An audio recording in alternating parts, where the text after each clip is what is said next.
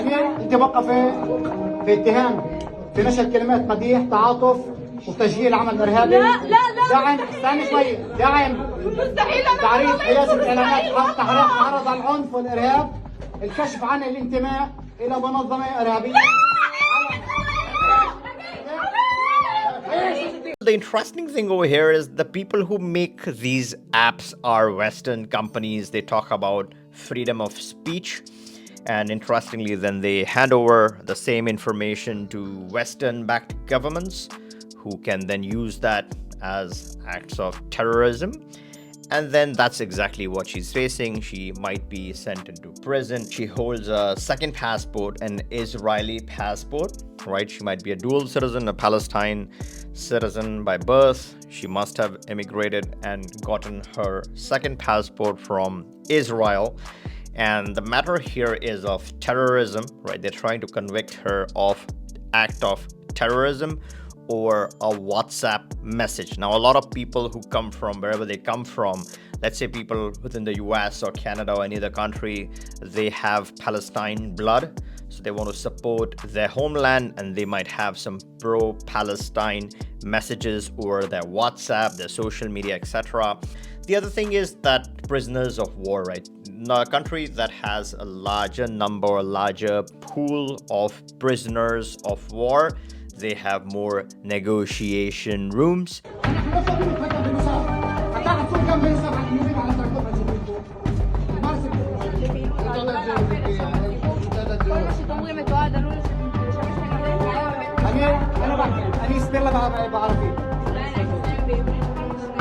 So the matter here is that she changed her WhatsApp status to say victory and protect them. So she's referring to Palestine. So she's trying to support people of Gaza, right? Trying to be on their side, being an Israeli citizen, holding a second passport. Now, the whole democracy, right? The whole democracy and freedom of free speech, that depends, right? If you are from a certain country, if you have that blood, if you have the skin color, that might mean something. But let's say you're an outsider, given the whole situation, what you're trying to do, you've got to be careful under those circumstances. I'm not saying whether it's right or wrong. It's just based on practical realities on the ground. So this is particularly very interesting. And this is interesting. And the reason why I'm discussing all of this is people within our circles are interested in that second passport. When you're gaining all these passports in certain countries, you're not only going to understand what these countries are up to, what they can do, the extent to which they can go. But let's say in this whole conflict scenario, if there is a real threat to you in that external country where you're holding your second passport, you got to be careful. You got to be careful of such situations. So yes, permutation combinations on how to get these residencies and exotic passports is important. It is interesting. But when confronted with certain situations, you got to know the news. You got to know what practically happens inside some of these democratic Western-backed nations.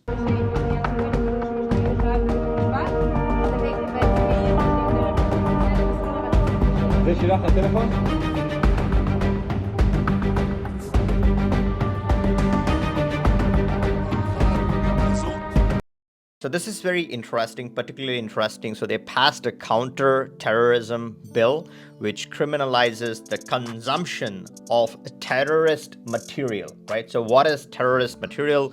Let's say you're promoting your pro-Palestine, or if they assume that you're pro-something, then it could lead to they might take counter-terrorism actions. You might be a prisoner of war. So you got to be careful with what you say if you are a citizen of that country holding a certain passport.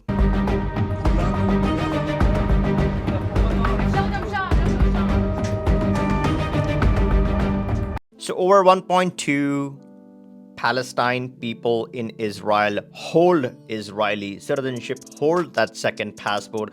This is where things become interesting. Yes, there is stuff going on inside of Gaza, but now after the launch of this counter-terrorism bill, where even if you're consuming certain content, let's say you're viewing the content, you're absorbing digital data, which might lead to you getting activated. That is where I think these 1.2 million, these numbers become super interesting, because they are now inside the territory. Yes, the ones outside the territory, they are moving south, they are taking some action. But what happens to the people inside the country? Do they go south, north? Is going to be interesting.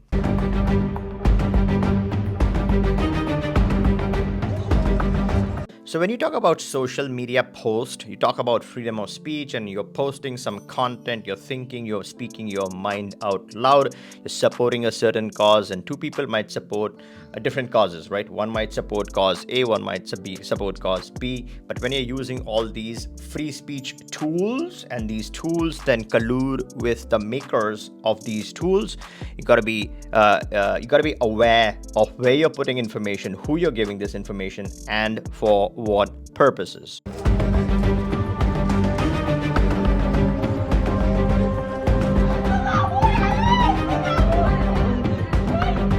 Alright, I hope you liked this video. Let me know your thoughts in the comments below, what you think on this matter. If you're not yet subscribed, then make sure to turn on the bell notification and subscribe to this channel so you don't miss out any important latest breaking news, analysis, and a whole lot more. Alright, catch you in the next one.